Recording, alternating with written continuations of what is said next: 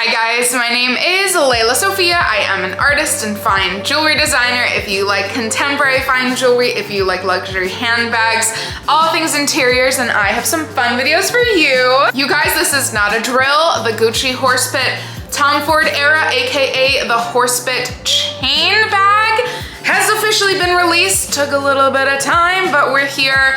They said September 1st, we're giving you a drop. If you guys are new here, thank you so much for tuning in. I can't wait to see you in all of my future videos. Make sure that you like this video, subscribe to my channel, follow me on Instagram at lelasophia jewelry. I put out videos every Wednesday, Friday, and Sunday, and so I cannot wait to see you guys in the next one. Caleb Snell did an incredible video on this, reminding us all of like what is going on with Gucci. And I talked about this in my, what current favorite bags are out there of mine. And I just reminded us that the Gucci Horsebit is coming and it has arrived. Gucci has been in a very, let's say transitional, to put it nicely, kind of era for a little bit. I was one who highly benefited off of the golden era, Alessandro Michele, 2000, what was that, 18? I bought my Gucci Dionysus bag. Was like, I said all the time, it's like the best bag. It was, I've added some incredible bags to my collection since then, but it was an incredible bag. It was the best bag I had had up till that point, and I wore her straight for 5 years. I also had like the coolest Dionysus but B wallet. It was so cool. It was monogrammed, it was a red. I loved her so much. And then we went into this weird area. Honestly, totally understandable. Again, I always say, I have a very small, humble, independent business. I can't imagine the insanity that goes on behind the scenes. So long story, very long. There was a weird transitional area. The newest creative director, their collection has not even we haven't even seen any of that yet, I don't think. That will be premiering in the next week or so. And so this interim, I'm actually very happy and looking forward. It seems to be a little confusing because there's definitely there's this really cool, God only knows, bless you if you fit this, this teensy tiny little rhinestone out bra that's really cool that was on the runway. That's now, I think, available, or at least it's in this new drops kind of campaign. That feels very Alessandro. And then on the men's side, there's a lot of recession core. That was the show which I talked about, really started the whole recession core thing. But the most brilliant thing that they did, which I already said and had predicted, and now is come to life, as all of us have seen. I'm not a pioneer in this. The Horsebit Tom Ford era, I think, was brilliant that they brought that bag back. So we're seeing the first looks, first available colorways, materials. It's really interesting. On the runway, these the kind of puffer ones, I don't really know how else to call them. They look quilted in a lot of ways. This leather looks really cool. The colors, again, I feel are very Alessandro. They're very bright, so there's nothing muddled or recession-core-y about them. On the runway, I think they looked really cool. On pictures, sometimes, I say this, even in my own business, product shots are not my favorite because product shots can look too perfect and not really give the same vibe as what they give in person. And so the product shots of these, I possibly am not the biggest fan of. However, I do actually really like the white. If you're brave enough to have a white bag, I actually really like that. And my favorite, of course, is totally the silver, which maybe is very surprising, but I like the fact, with those ridges that they put in the quilting of the leather, I really like the silver because it's more reflective, and so it's not as obvious. So we have the puffer ones, but I wonder if you guys know what I'm gonna say, because I actually love the fact that they stayed very true to the vintage style with the monogram versions. Those I think are really cool, and I think those are gonna do so well. Again, we're interested, we're entering into this very interesting era. I don't even know if we can call them zeitgeists anymore.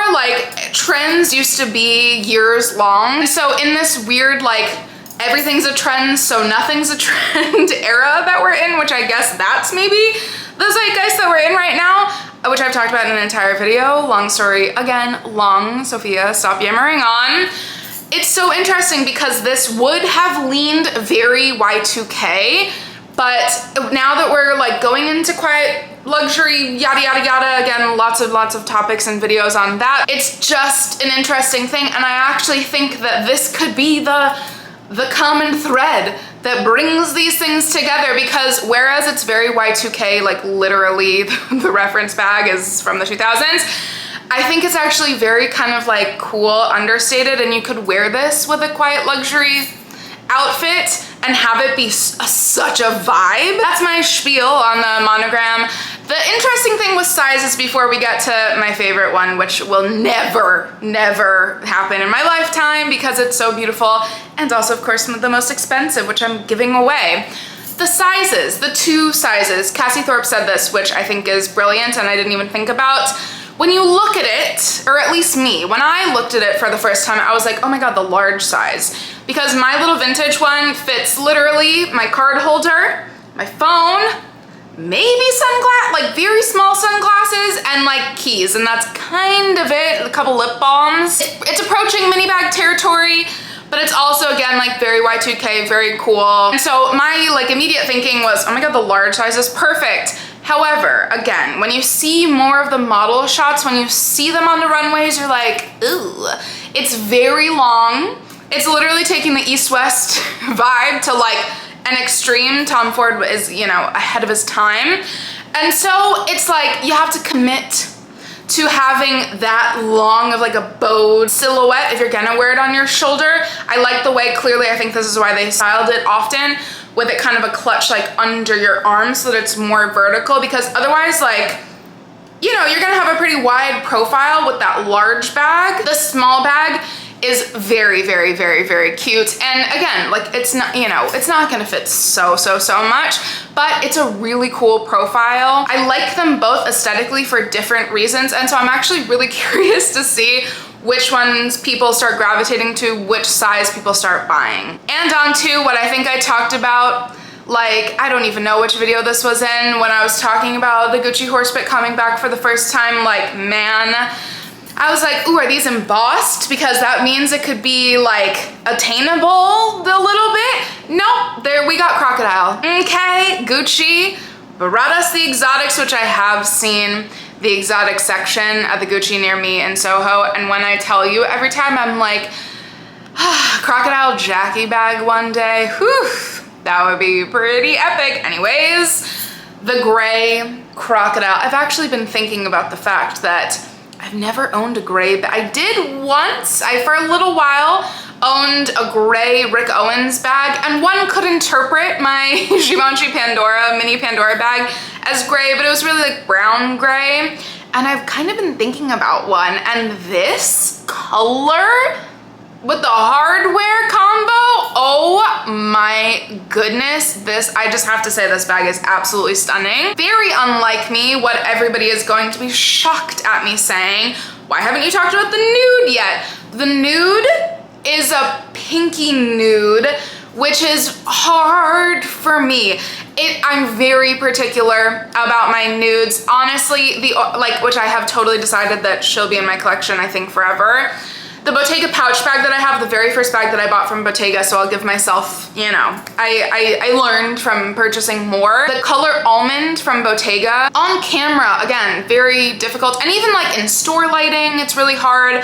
They really like blast you with lighting. That is a very pinky nude. And whereas when I'm just wearing my all black normal, even a brown outfit, I like it. But if I am to throw like camel in there, it doesn't really work. I like my cool toned nudes a little bit more, and so I just feel like I have to see this one in person.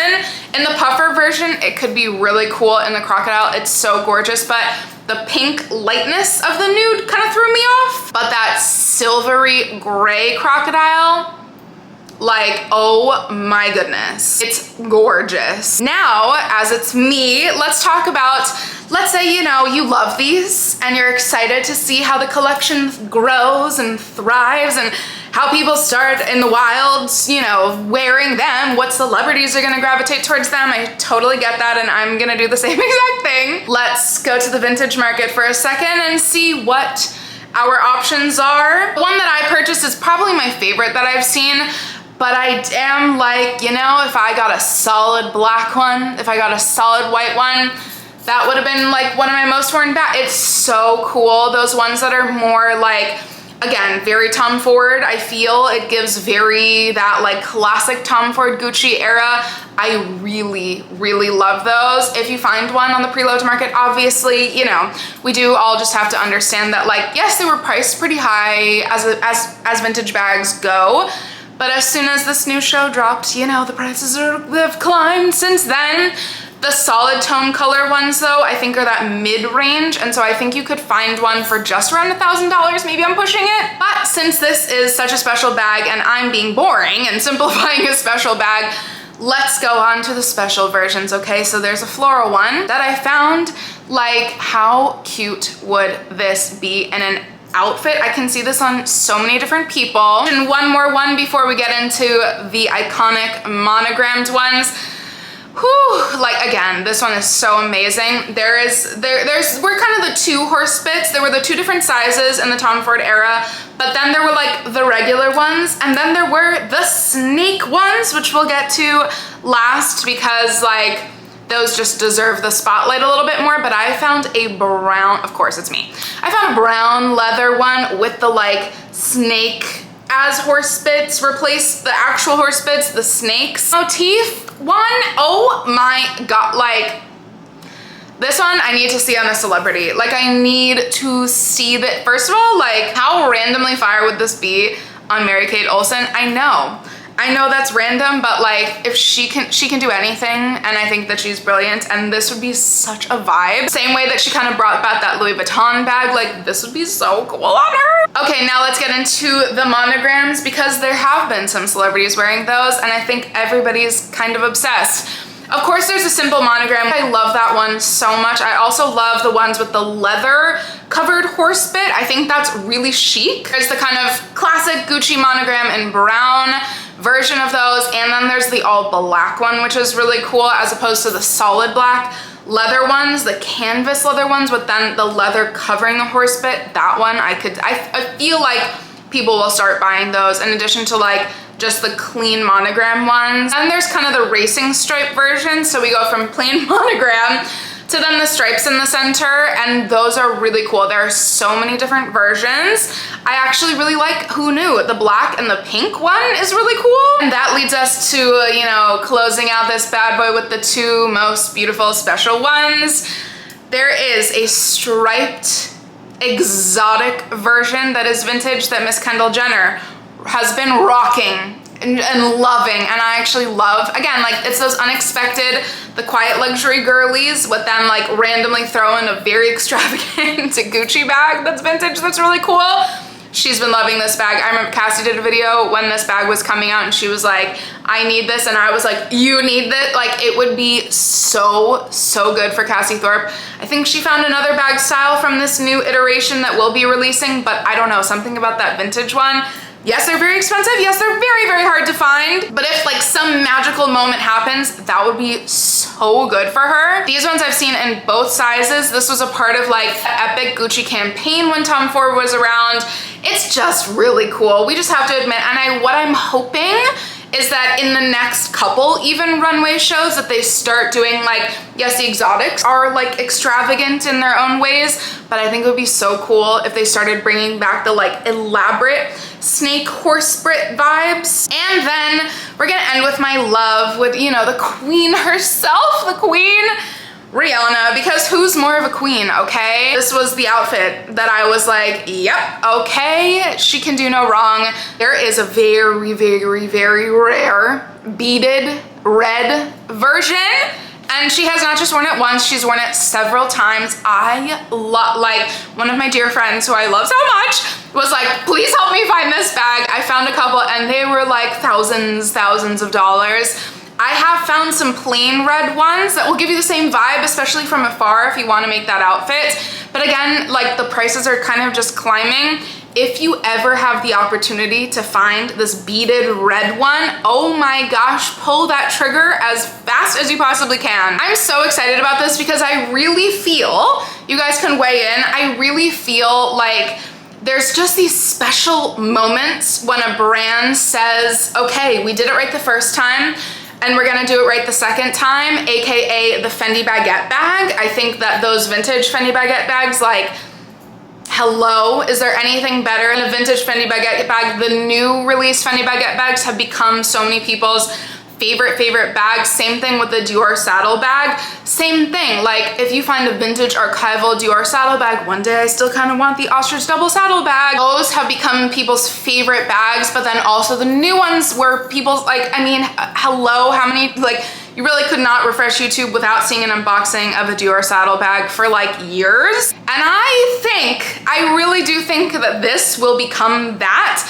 the Tom Ford era Horsebit, like, or at least it has the making, if they do it right. If they start coming out with really cool versions and then people start buying the vintage ones, there's that celebrity little magic in there. But I think this could kind of complete the trifecta of vintage to new, like it works any way, any shape, any size.